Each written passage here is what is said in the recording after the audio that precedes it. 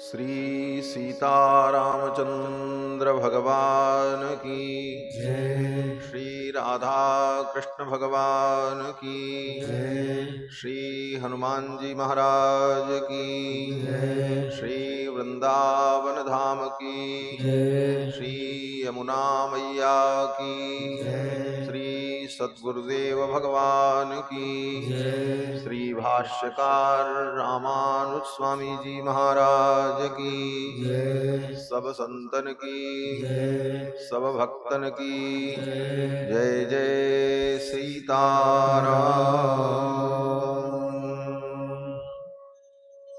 हरि ओम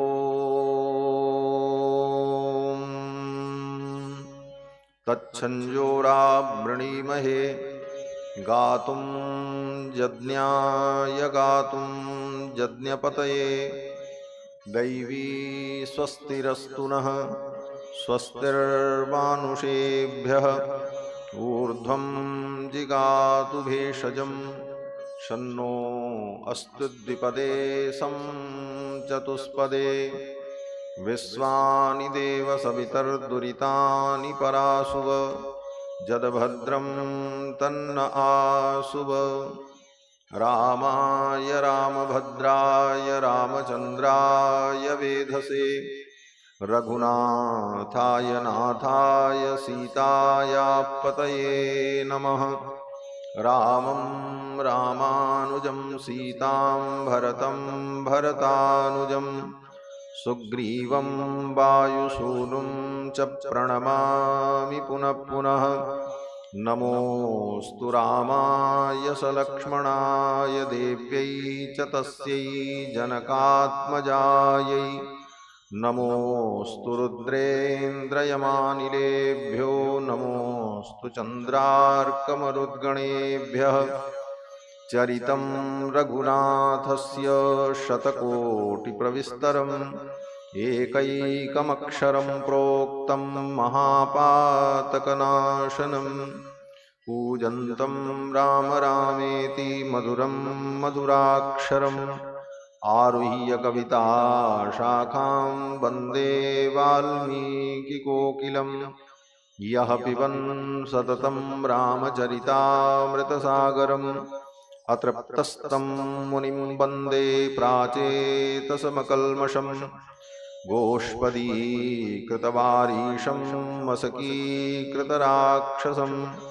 रामायणमहामालारत्नं वन्दे नीलात्मजम् अञ्जनानन्दनं वीरं जानकीशोकनाशनं कपीशमक्षहन्तारं वन्दे लङ्काभयङ्करम् वैदेही सहितं सुरद्रुमतले हैमे महामण्डपे मध्ये पुष्पकमासने मणिमये वीरासने सुस्थितम् अग्रे वाचयति प्रभञ्जनसुते तत्त्वं मुनिभ्यः परम् व्याख्यान्तं भरतादिभिः परिवृतं रामं भजे श्यामलम् आपदामपहर्तारं दातारं सर्वसम्पदां लोकाभिरामं श्रीरामं भूयो भूयो नमाम्यहम्। व्याख्यामुद्रां करसरसिजैः पुस्तकं शङ्खचक्रे बिभ्रद्भिन्नस्फटिकरुचिरे पुण्डरीके निषण्णः अम्लानश्रीरमितविशदैरंसुभिप्लावयन्माम् आविर्भूयादनकमहिमा मानसे वागधीशः शाण्डिल्यावयवंशबारिदविधुं श्रीकोसलेशार्चकम् विश्वक्सेन स्वाचार्ये सुयतौ जगद्गुरुवरे श्रीरामनारायणे नित्यं सक्तमतिं जगद्गुरुवरं श्रीवासुदेवं भजे। अस्मद्गुरुभ्यो नमः।